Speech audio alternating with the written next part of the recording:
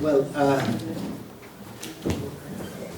this is the first session of the school, and as you know, we have been, the last school that we held was in 2019, and then came COVID, which claimed the lives of thousands of people in this country and millions throughout the world, and upturned the lives of everyone else. So we had no school in 2020 and 2021, but now we're back. And we think that the topics to be discussed tonight and tomorrow are of great relevance and importance to Labour, Socialist and National Democratic forces in Ireland, North and South. The topic for tonight, the Left and EU Supranationalism, and tomorrow, the life, work and times of Desmond Greaves, the effect of increasing EU militarisation on Ireland's foreign, defence and security policies, the importance of the consent principle to the Good Friday Agreement, and an identification of what cultural identity rights are of particular need of protection in today's Ireland, North and South. These are all issues for which Democrats need a clear understanding and a well thought out political stance. It's becoming more and more obvious that political education, such as what we have tried to sustain over the years, is of crucial importance and an essential part of democratic struggle. The brochure for the school states that at this stage we would have a broadcast, an opening message to the school from Mick Lynch, the General Secretary of the National Union of Rail, Maritime and Transport Workers, the RMT. We had this idea initially, but we later decided against it. Mick Lynch is the object of a vicious mainstream media campaign of vilification of lies, and with a lot of it centering on his Irish background and indeed his stance on the EU. We didn't want to give ammunition to his enemies at what is a delicate stage of an industrial action. We told him that he would forgo a message from him, but that maybe down the line he would do a school or he would do perhaps a special event.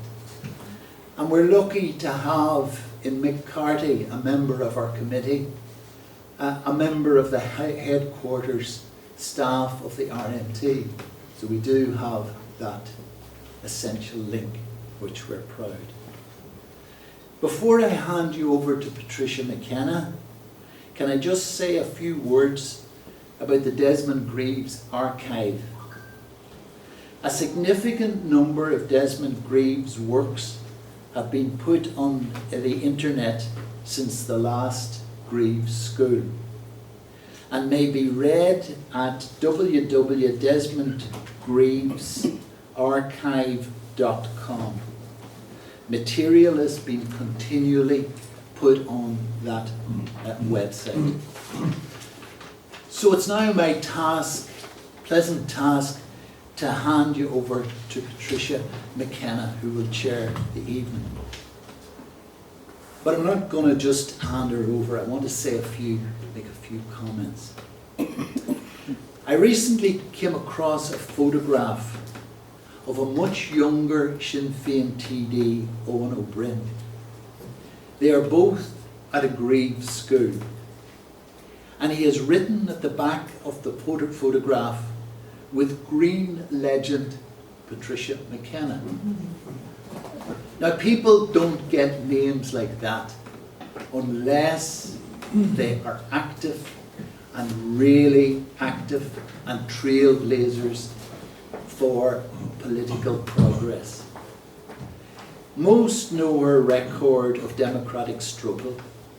The brochure for the school reminds us one episode when she was the plaintiff in the 1995 Supreme Court fair referendum action, which held that it was wrong for the government to spend public money on a one-sided fashion in a referendum. But I would just mention another aspect of her campaigning life.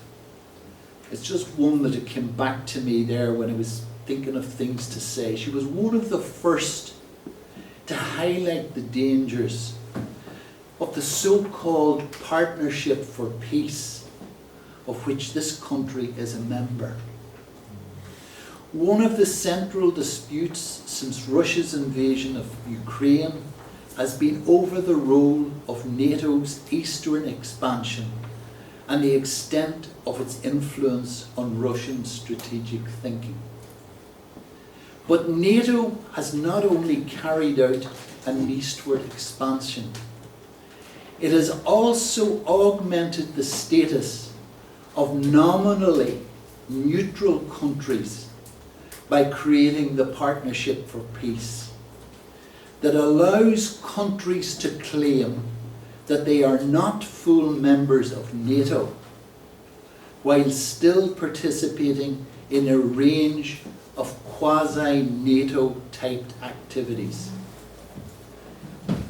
But so-called non-aligned and neutral countries, Ireland included, have become ideologically indistinguishable from countries with full membership of NATO. The shift increased the pressure on the Russian Federation, as well as narrowing the political space available for reducing tensions within Europe. In other words, lessen the ability countries to actually do something about trying to end the conflict in Ukraine. To her credit, Patricia, and I remember this well, was one of the first to highlight the dangers inherent in this country hitching up to the Partnership for Peace. So she's a legend, she's a trailblazer, and she's going to chair this session tonight. So Patricia, take it away. Thanks very much.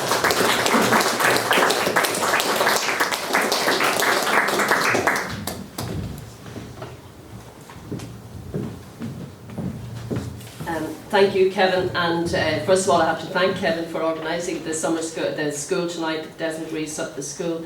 It's very important after such a long period, I mean, that these kind of events continue. We have seen massive changes since the last Desmond Rees Summer School, and not for the good. I mean, just even in relation to how the world is operating, I'll go into a couple of things before I introduce our guest speaker, but the changes that have taken place are quite phenomenal, particularly in relation to the European Union and the further militarisation of the European Union and what is actually going on. There's been very little media coverage. In fact, the media have got much worse since we were here together in this venue before for the Desmond Rees School. And I'll just give you one example of how bad the media is. Now, people will say the media in Ireland are bad, but it is not just in Ireland. Yes, Ireland has to be up there ranking as one of the worst when it comes to self-censorship, manipulation of the news, and trying to basically hide under the carpet anything they don't want the public to know about. But it's happening everywhere else. I was in Paris last weekend to visit an old friend, and there was a big demonstration in Paris against the sanctions against the war in Ukraine and against NATO. Now, LCI, which is one of the leading news channels in France, instead of actually reporting on the huge demo that was taking place in Paris, they reported on a Russian news report about the demo and said, this is fake news, this demo never actually took place, this is Russian propaganda. That's how bad it has got in so-called democratic Europe, and right across the board, across the international community, in relation to what we're actually hearing, what's going on. In relation to the whole issue of militarisation in Europe, it is quite significant. A number of things have happened. There's been a recent referendum in Denmark where they have voted, and of course under the banner of the Ukrainian war, which had nothing to do with Denmark, in relation to the significance for Denmark, because Denmark is a member of NATO, but the Danes voted because of the scare tactics in relation to what's happening in Ukraine to remove their opt-out from the defence aspects of the European Union. And they've opted for ours. I was over there at the time helping them in their campaign, and the example they were using is, well, we're going to pick the Irish model as such. And I said, well, hold on, if you just look at the Irish model, we've got the opt-in. So we opt in. We've opted into every single military aspect of the European Union without a question, without any consultation with the public. And what happened very recently in relation to the European Defence Fund, I just want to mention this because our guest speaker is going to be talking about supranationalism. Now, the foreign or the defence aspects of the European Union up until recently were basically intergovernmental. In other words, each individual government had its own say, and there would have to be unanimity. Very cleverly, the European Defence Fund, which I think somebody will be speaking on it tomorrow, but it involves research and industrial policy, which means that it moves from the intergovernmental to the supranational, which means that it's no longer individual governments, it's basically the EU by qualified majority voting will be deciding key issues in relation to defence. So I just want to mention that. Now, I'm coming now to the issue because our key speaker here tonight is Will Podmore, and he's going to be speaking about the left and the EU and supranationalism. And Will has written a number of books in relation to the road to freedom and also Capability Britain for, I think it was a country that works. Is that correct? Yeah. So he also was involved in the Brexit referendum. Now, I was over in the UK during the referendum campaigning for Brexit, and a lot of people here in Ireland just don't get it or don't understand it, and that comes down to our wonderful media in the way that they've slanted things. And I just want to mention this, I know Tony Coughlin is in the audience here tonight. If you just look at the media coverage in 2016 right on, there was massive wall-to-wall coverage about the Brexit referendum in the UK. They had experts from all over Ireland, from all over Britain, from all over Europe. The leading expert on EU issues in this country is Anthony Coughlin. And whether they like it or not, he was one of the people who knows most about it. He's followed it from the very beginning, and not once did any media outlet invite Tony to make a comment. That just goes to show how they've censored any kind of credible and intelligent and well-informed people from having any input on the issue of Brexit and on the issue of the European Union and where the European Union is going. Now, one of the issues that come up as well is this thing about nationalism. Now, it just beggars belief in relation to what is nationalism, because the European Union is saying that somehow, and that the opposition to Brexit was that basically Brexit was about nationalism, about going back to the Little Englander. But in actual fact, what the European Union is doing is has created this supranationalism, which is actually a pseudo-supranationalism. You have your national anthem, your EU flag, your EU money, your EU passport, whatever, and if you speak out once, it's like treason. And this is a supranationalism that is even more dangerous than a nationalism at a smaller level. So stop trying to say that those who oppose the European Union are nationalistic, because in actual fact the European Union is a nationalistic, supranationalistic entity that is more dangerous and less controllable. Now, with that, I suppose I will ask our key speaker to speak tonight, Will Podmore, and I'm very interested because he has written quite a lot. He's really to the fore on the issue of Brexit in the UK, and also it's a key issue for us here, because I do think we need to hear people who know what they're speaking about. We can't get it from our own Irish media. We have to go through other sources to find out what's going on, and it's very important that people in Ireland actually hear the other side of the debate and why it's a good idea for people for member states to leave the European Union. And one of the big issues that I have with this government and with our current leader and with previous leaders is the fact that they backed the EU 100% after the British voted no or voted to leave the European Union. We sided with Brussels and with Frankfurt. We left the British, after decades and decades, all my life, Irish governments have pandered to the British and pandered to them and ignored every single abuse of human rights, every single assault on democracy in relation to the 6 counties in Northern Ireland, and never did they actually stand up to the British. Then suddenly, after the British decide to leave the European Union, putting those powers that be within the European Union into disarray, wondering is another country going to follow, suddenly the Irish government find a backbone. But the only backbone they find is the backbone that's leaning on Brussels, and they think it's a bigger superpower than what they were, bigger than Britain. So in other words, we've got a bigger ally now than we have with Britain, so let's back Brussels at the expense of our relationship with the United Kingdom. Now, I'm a nationalist and Republican and have been all my life, but I do think that we have a lot more in common with the United Kingdom of Great Britain and Northern Ireland than we have with Brussels. And I think it's important that people in Ireland hear that voice, and Will has written extensively on the issue, and I'm delighted that he's here tonight to speak to us, and I hope that other people through the podcast will hear what he has to say as well and will spread the word. So, Will, over to you.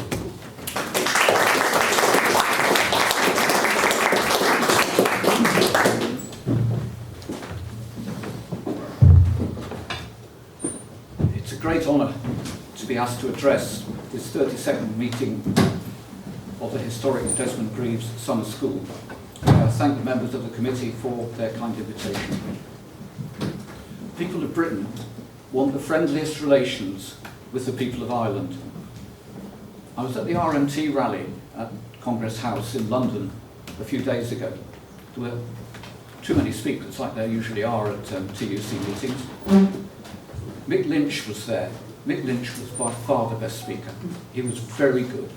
He is a dynamic, active trade union leader of a dynamic and active trade union. The two go together. It's brilliant to see. And it was a very fine meeting. There was an overflow in the hall, a big overflow room.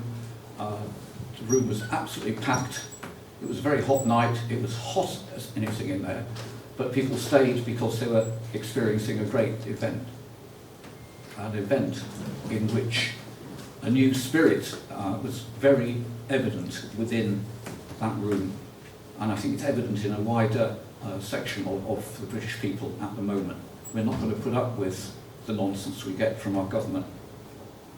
So it was a very fine meeting, and it was very good indeed to see how many young people were at the meeting. Now, business on this. We should all stand against the European Union's attempts to use the Northern Ireland Protocol to mess up relations between our two countries. That EU power grab harms Ireland and Britain. Only the people of Ireland, not the European Union, not the British government, should decide the future of Ireland. Empire means domination of one nation by the ruling class of another. True internationalism is all about opposing empires, because empires are intrinsically undemocratic, anti-national, and Britain's struggle for independence from the European Union is a fight against empire. And that struggle for independence from the EU is part of the fight against imperialism. Imperialism does exist in today's world. It exists wherever states take away from the people of another country their right to make all their own laws and to decide democratically their own national policies. Imperialism is supranational, even when it claims to be partnership or commonwealth. Being against the EU is not being anti-Europe. Anti-imperialism is not anti-people. We aren't anti the peoples of the countries of Europe. We're not anti the peoples of the USA or the people of Russia or the people of China. Class analysis distinguishes the ruling class from the people it rules. And who runs the EU? look at it. An unelected commission, an unelected council of ministers, bodies which meet in secret, no published records, bodies we can't control, politicians we can't vote out. That's an oligarchy running an empire. That the EU is an empire, not just my opinion. Ask European Commission Chief José Manuel Barroso. He agrees. He said way back, sometimes I like to compare the EU as a creation to the organisation of empire. We have the dimension of empire. The EU is no democracy. It can't be reformed into a democracy. There is no European demos, no majority who see the EU as better than and more legitimate than their own national states.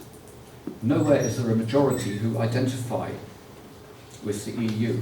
Only small minority groups see themselves as Europeans first, or see themselves as European citizens, rather than as citizens of their own national states. Now, a little ironically, given the title of my talk, the left isn't a term I use very much. Anyone here read the Morning Star? It's obviously a CPB, Communist Party of Britain paper in the UK. Too often it addresses itself to the left. And when the left speaks only to the left, it splits away from people who don't share its preoccupations. That's no use, that's no good. We should talk with, not talk to, certainly not talk at, but we should talk with everybody, not just those who agree with us. For example, how do we fight for wages? Recently, a London trade union branch was planning strike action. But then some of the left proposed a motion on abortion in order to signal that they opposed the US Supreme Court's recent decision. This upset those members of that branch who had different views. And that was bound to split, bound to weaken what should be united struggle for pay. Now, all too much of the left opposes the British working class's great struggle for national independence from the EU empire, and they think it's internationalist to support the European Union. No, it isn't. The British people and the British working class are very much the same thing. Class analysis finds that the great majority of the British people are working class. They depend on their work for their living. At the moment, criminal barristers in England and Wales are now on all-out strike, which I think rather proves the point.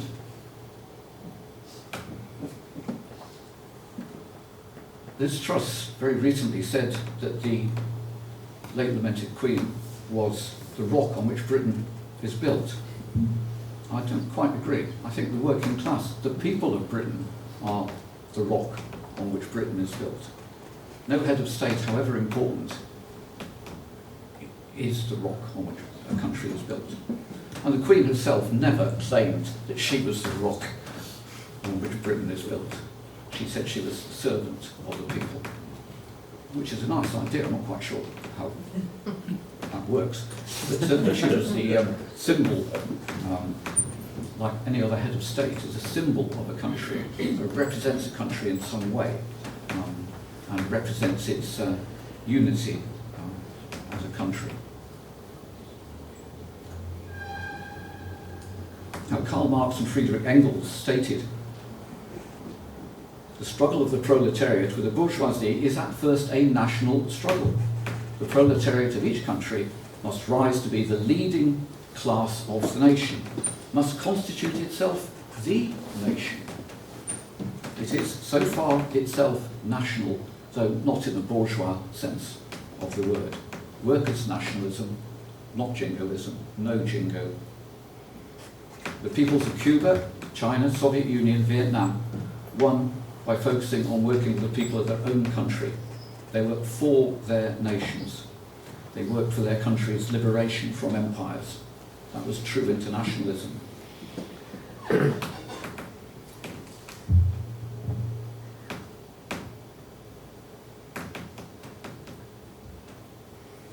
Now, what was our struggle for Brexit all about? Racism, some said? No. The free market, Boris said? No. Democracy? Yes, actually. Like most leaders groups, one I worked with in North East London and the one in Brighton, the lead group in Brighton, who called themselves cheerfully the Jolly Brexiteers, which I thought was a nice, upbeat kind of way to describe themselves. We were all very broad fronts, people of all parties and none, all inspired by that one democratic idea, that decisions about a country should be made in that country by the people of that country. Anyone here thinks that people having more democratic control produces worse outcomes? I doubt it. National sovereignty is a precondition for popular sovereignty. Popular sovereignty is the only basis for democracy, for a national democratic renewal. Democratic involvement leads to progress, as after the World Wars. In Britain, the British people then, in both post-war periods, demanded better housing, more jobs, better services. But especially after the Second World War, they made a huge decision. The British people voted Churchill out. Churchill, the great war leader, the man who won the war. But they voted him out. And they voted him out, one, to end the empire, because British soldiers had seen what the empire was like when they'd been abroad fighting in World War II. They didn't like that empire. So it was one, to end that empire, and two, to build better services, build an NHS, create the welfare state. Now, when we were fighting this campaign of Brexit, 6 years ago now, too often those who argued for the EU argued not on its merits. Very few people said, oh yes, the EU is really terribly good and it's going to be awfully good for us. They argued against the personalities of the people leading the public faces of the Leave campaign. They didn't argue against people like the Jolly Brexiteers, because that would have destroyed their case. They argued against Nigel Farage or Boris Johnson or Michael Gove. So that is, they were arguing about the campaign, not about the issue. So they're arguing about the surface, the froth. They weren't arguing the substance of the debate. I met one very angry lady at Westminster one day. Her first and last argument was that one of Nigel Farage's school teachers had thought he was a fascist when he was at school. So she based her view of what was right for her country on somebody else's opinion about a schoolboy's opinion decades ago. The vote for Brexit, above all, affirms that decisions about Britain would be made in Britain. A great achievement, a great victory, one against the establishment. The City of London, the CBI, the TUC, the parliamentary parties, much of the media, sadly most trade union executives, but not their members. A victory by workers, aided by a few temporary allies in the capitalist class, some of whom genuinely care about the future of Britain. The referendum was a landmark, reflecting an understanding that independence is the way forward. It set Britain and its working class on a new track. Brexit opened the door to this way forward. And Theresa May tried to slam that door shut. And then Boris Johnson blew the door open. Bust all the rules, but busted the door open. Wow. And then what? Then he blew away all the opportunities opened up, and what's been achieved? Not a lot. He talked and talked and talked and thought that was doing what was necessary. Big difference between talking and doing. Before Britain joined the EEC all those decades ago, independence was hardly ever mentioned.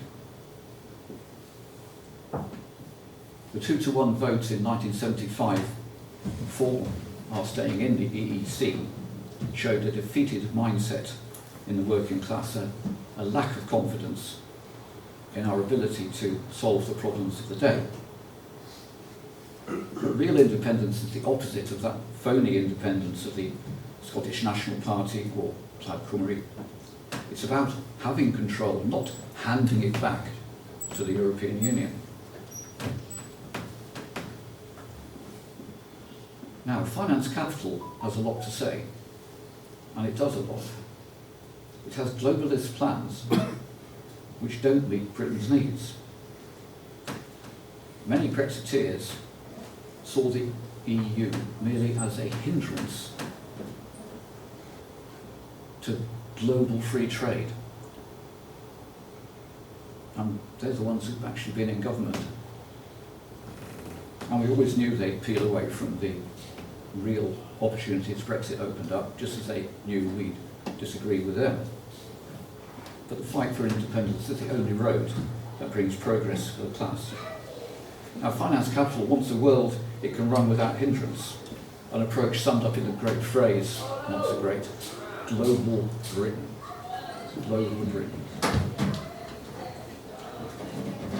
They want a world where their capital can go just where it wants, and in return they grant global capital the same freedom.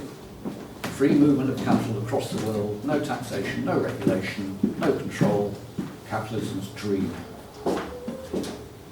And now it's the free movement of capital, not Brexit. It's the free movement of capital that is causing the problems that Britain now faces. As with capital, so with labour. Britain's left the EU, but the capitalist class doesn't want to control the movement of labour. The notorious Rwanda scheme is an ugly farce, a charade. Immigration is up by 70% since the Brexit vote, and the new point system ends any cap on immigration, ends any requirement to show that jobs can't be filled by our own people, and extends pilot schemes for seasonal workers. The right to decide what level of immigration a country wants is part of the nation's sovereignty. And having that right doesn't prescribe any particular policy, just like having the right to divorce doesn't mean you have to divorce, it just means you can. It doesn't mean closing the borders or building a wall or sinking ships or nonsense like that. Controlling the level of immigration doesn't mean ending all immigration any more than controlling what you eat means not eating. Nations have a right to protect their social cohesion, their labour standards, their borders.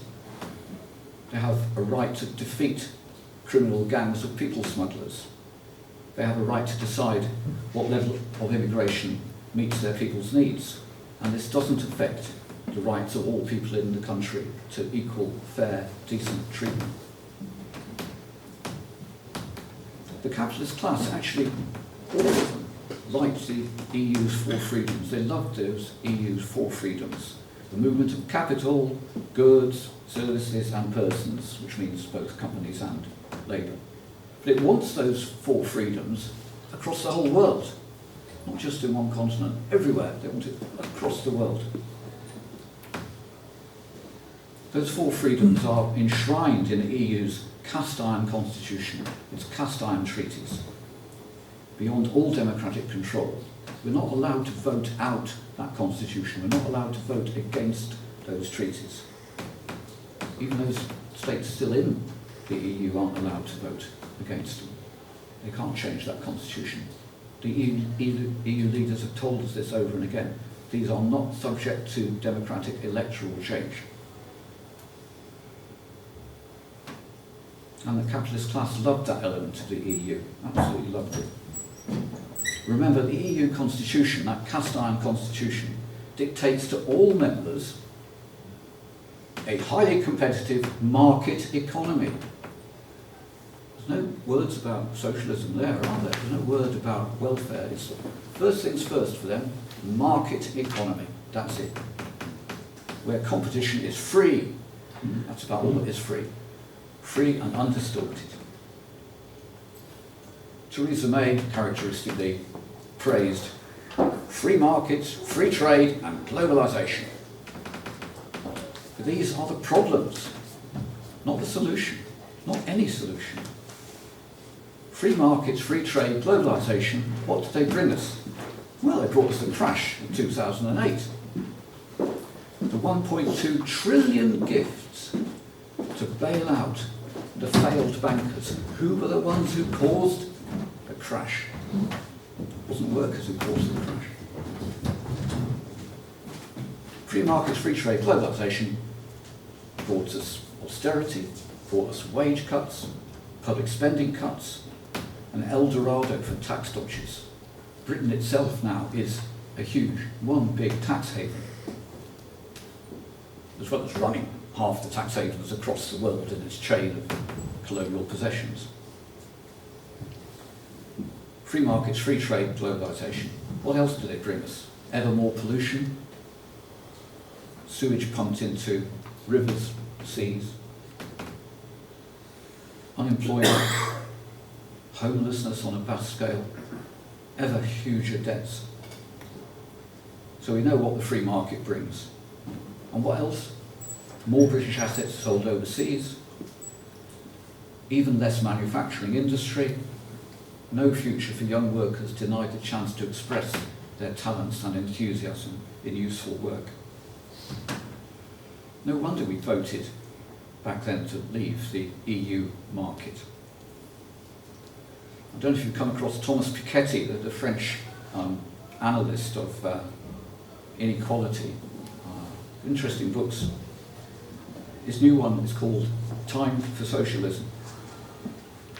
He points out, in all the referendums for the last 25 years, the working classes have systematically expressed their disagreement with the Europe presented to them, whereas the richest, most privileged supported it. For the referendum on Brexit, the top 30% voted enthusiastically to remain in the EU, but the bottom 70% preferred to leave, so the Leave vote won. I don't quite like his language. I don't like being called part of the bottom. But anyway, that's you see what he means anyway. And I think to say that the working classes express their disagreements is a very mild, understated, dare I say, British way of saying things. But anyway, that's the gist of it. The working class, largely in every country, isn't very happy with the European Union. That's why there's been many referendums since 2016, have there? And he sums up, the EU functions objectively to the benefit of the most privileged. And he admits that the EU is imbued with a Hayek-type vision. Friedrich von Hayek was, of course, Thatcher's favourite guru, free market fanatic. And the EU does indeed embrace von Hayek's capitalist vision. Piketty, it's a very good book in lots of ways, but he never mentions the word exploitation. And here we are talking about ever-growing inequality between a small minority and a large majority. What word would you use to describe this? I think exploitation is quite a good way to explain the inequality he deplores, but he doesn't dare to use that word. Then, again, he points out the EU is the leader in the global movement of the race to lower rates on company profits and has concentrated the rising taxation on the lowest incomes. So there you have it. It's the leader, ahead of the USA, to lower taxes on companies and to increase taxes on everybody else, basically. And he claims this derives from the fact that Europe and its institutions were built to manage a big market. That's one way of putting it. I think it derives from the fact that the EU was built to manage, enforce capitalism and to oppose, defeat socialism. Now, I talked about exploitation, I talked about empire. A bit of the detail. Using the European Union, Western investors have seized control of much of Eastern Europe. Western investors now own a quarter of the fixed capital there, over half the firms. Inequality in Eastern Europe hasn't risen as much as it has in Russia, China, Britain, or the USA. That's only because the money hasn't stayed in Eastern Europe, it's gone west. It's gone literally to the capitalist corporations of the European Union, largely the western part of the European Union. And that outflow of profits is far, far bigger than the sums that the EU gives these countries.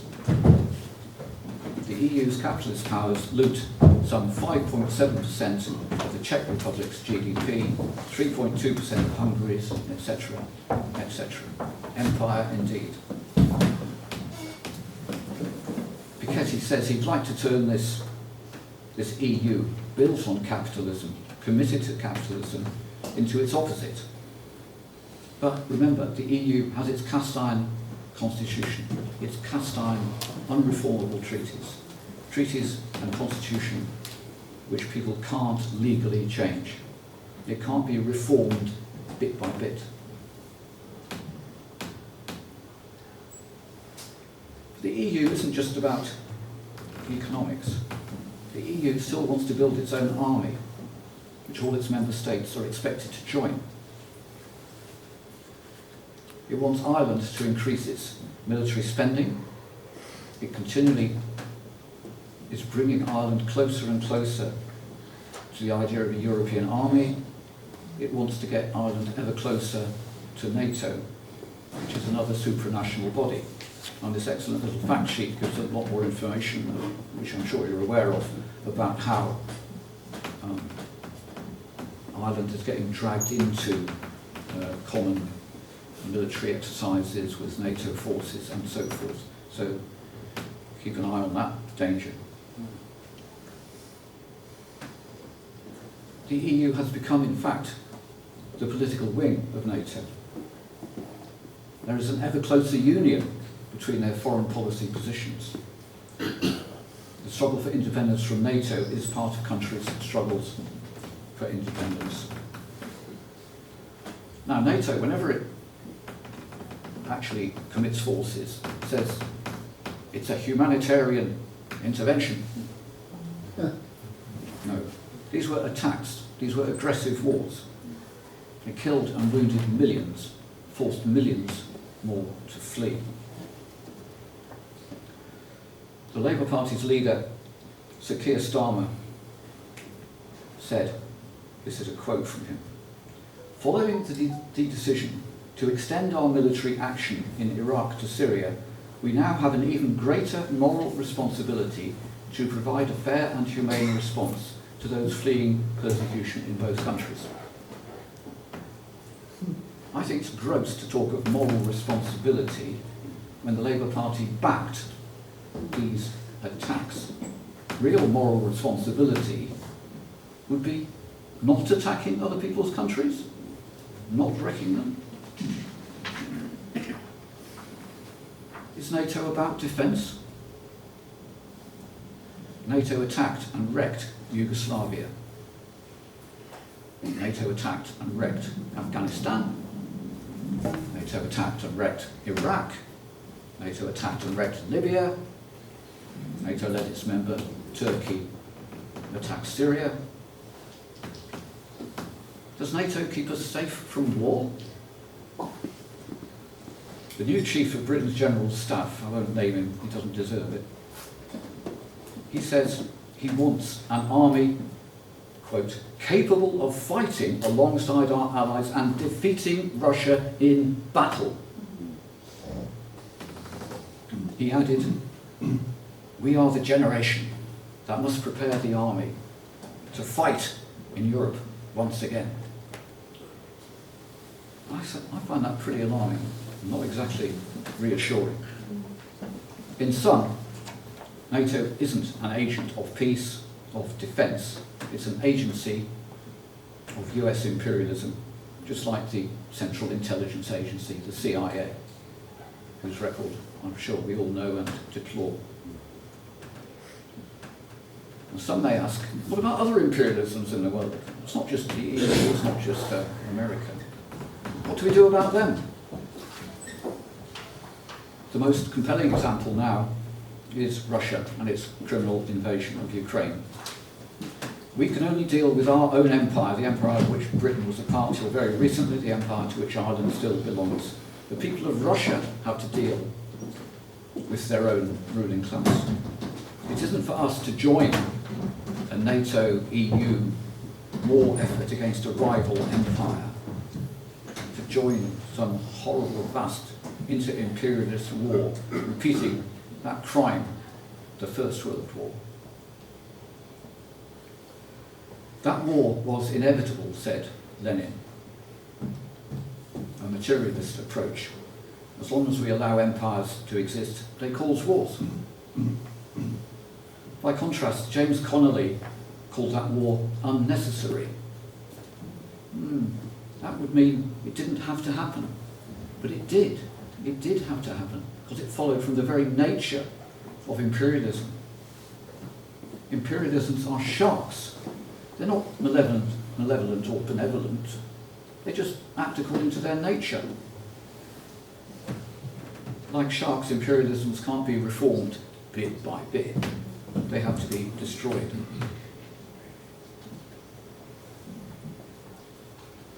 In 2016, we voted to take responsibility for Britain's future. We in Britain. What do we need to do next? What do we mean by independence? It's the democratic right of self-determination. It's political, economic, intellectual independence. Independence of mind. Independence from the employing class, from Parliament, from the EU. It is active, participatory democracy. We need economic sovereignty, the power to own and run our own enterprises better than ever before. No more uncontrolled movement of labour, no deals like TTIP, the infamous transatlantic treaty. We need to control our land and waters, one law for all, no rules from the European Court of Justice. We want high wages, high investment, high productivity. We must build on positives to support independence. We've made our decision to leave. It was a brave and a revolutionary act, not a revolution, but a revolutionary act. We declared our independence. Now we have to make a success of it. It's up to us. Within the EU, there isn't any alternative to the austerity of capitalism in decline. That's what's happening across Europe. There's no alternative with it. Tina, remember that? Such a line, there is no alternative. Within the EU, you're stuck. There is no alternative. Not within its powers, not within its limits. But outside the EU, the world is your oyster. Everything's possible. And now that Britain's left the EU, the only thing that's stopping us is us in Britain.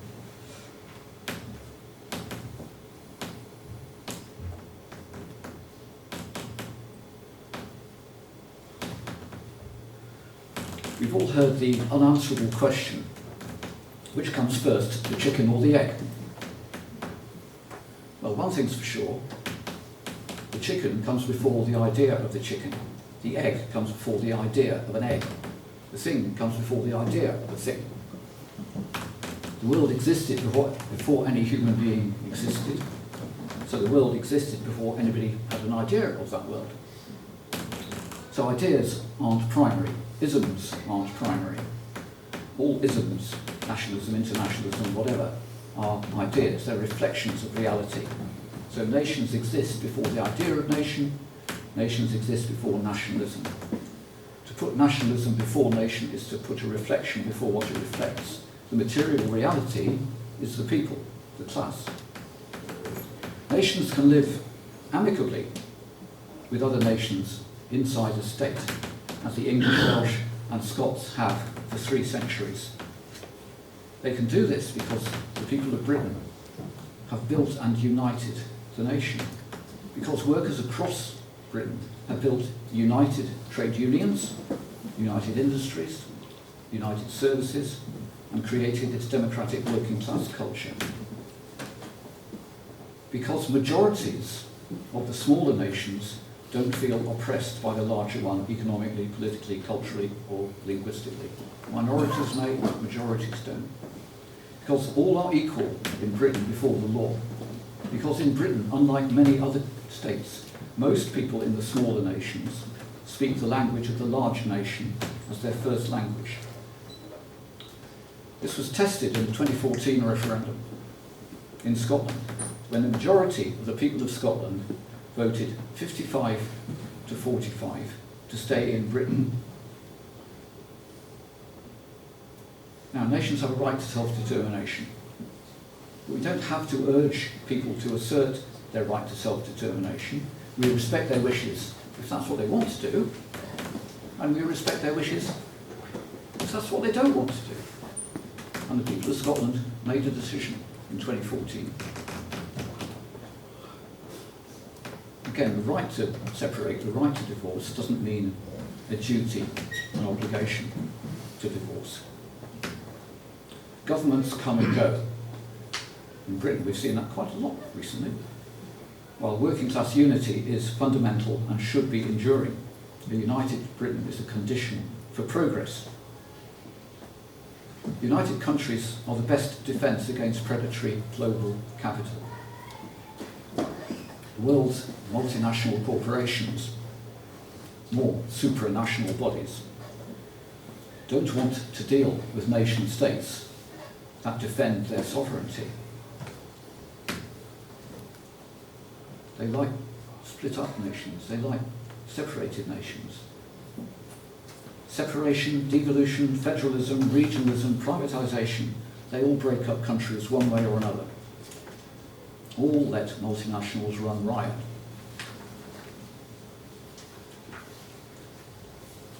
People who want control over their lives, who want a future for their children, who don't want the multinationals to run their lives, must unite for independence. Now, to sum up, to conclude, the EU is fundamentally undemocratic. The EU cannot be democratised. The EU is an empire, a shark, like any other empire. The struggle for the independence from the European Union is a key part of the fight against imperialism. Thank you for your attention.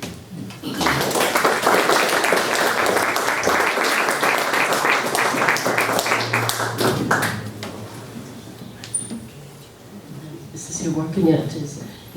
Kevin is going to hand around a list so if people can fill in their names and addresses. I think it's names and email on the list. That would be great. And we're going to now take some questions. I just want to thank Will very much for a really brilliant presentation. And actually, some of the things, there were a lot of things in it that were very interesting. One of the things was just in relation to during the referendum in the UK on Brexit. One of the issues that came up while I was there was about that, this is, racism and you're trying to exclude people. I thought it was very interesting when he said that immigration had actually gone up. And as he said, just because you allow for divorce doesn't mean to say you actually have to get a divorce.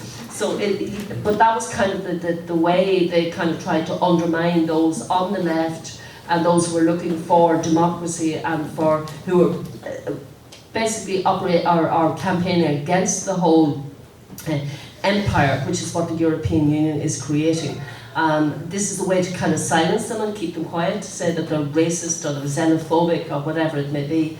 And what you just heard from Will was very similar to what I heard while I was in the UK, that there were a lot of very good people who want to see a different world. And as he said, I think this is very important, and a lot of people don't realise this, that they, you know, to say that, oh well, we can reform the EU, and that was a big issue during the referendum campaign over there. You had this reform group, but as Will said, you can't reform the EU without changing the treaties. You can't reform, or you can't change the treaties without the agreement of the European Union, and it's just a catch-22. So to talk about reform, it was a nice trick, if you know what I mean, and it got people thinking, oh yeah, reform, we can change the European Union, we can make it, you know, more for working people, we can make it more democratic, we can do whatever we want, but we can't. We can do nothing. You know, we can vote in whatever governments we like in each of the member states, but we're still going to have, as he said, the kind of policy for the market economy policy. It's going to be the same policy whether we like it or not. We can change the government, but the policy remains the same because it's enshrined in the treaties. That's not democracy. So I think that was very important to actually hear from Will about that, you know, we can't reform the EU because the treaties are what is the EU, and they can only be changed if the EU agrees to it. So that's it. Now I wanted to. I disagree with you entirely. Okay. Hang on, you can answer the You question. can come in now. Second, Yeah, you can come in. I'm going to go around now. If there's people who can indicate that they'd like to ask a question or make a comment, if maybe we can try and get the questions so that we can get an opportunity for Will to answer. If you can speak into the microphone clearly so that Will can hear you, and if you've got a disagreement or whatever with whatever I said, you're more than welcome to voice that disagreement. But particularly, just maybe for the moment, we'd like to get some questions for Will, because he's our key speaker here tonight, and he has a huge amount of experience in this area and knowledge to give us. So, who would like to ask a question? Right.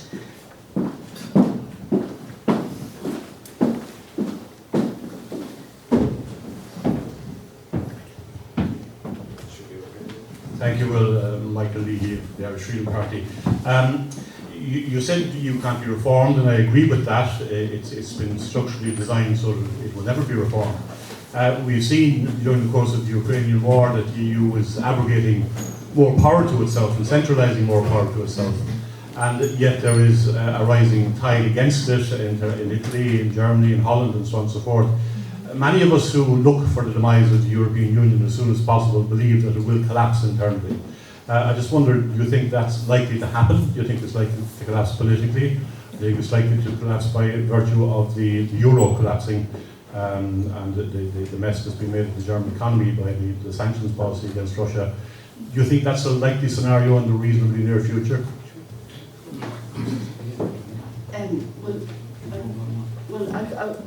I'll take another question. So we have that one, and I'll take another question, and then we'll come back to Will. So we have your questions. Is there one more person who wants? Yeah, yourself at the back there.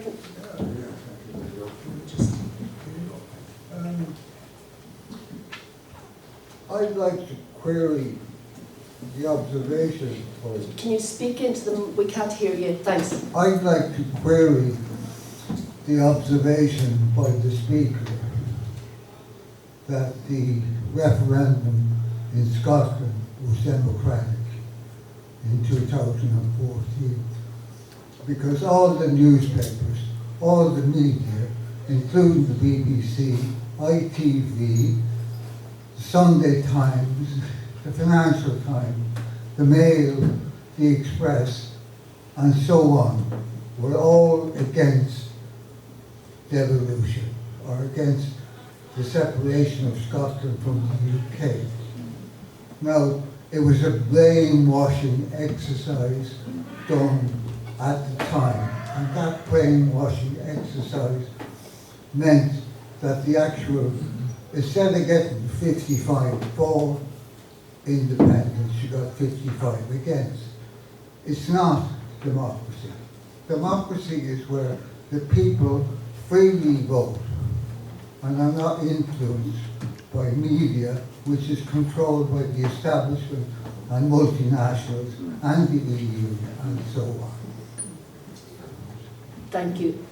Will we, do you want to take those two questions now? Well, first, did you get the other one, all of the other one? Yeah, in relation to the centralising of power to itself, you know, during this thing, and about during this the crisis in the Ukraine, and also about would the euro, would the EU collapse and would the euro collapse? And then the second one was in relation to Scotland and the media, one-sided media. Yeah, I don't think that things collapse just because we'd like them to collapse. You know, the euro is damaging the living standards of all the peoples who use it as a currency. It is not good for a country to have no control over its currency. The European Central Bank is run unsupported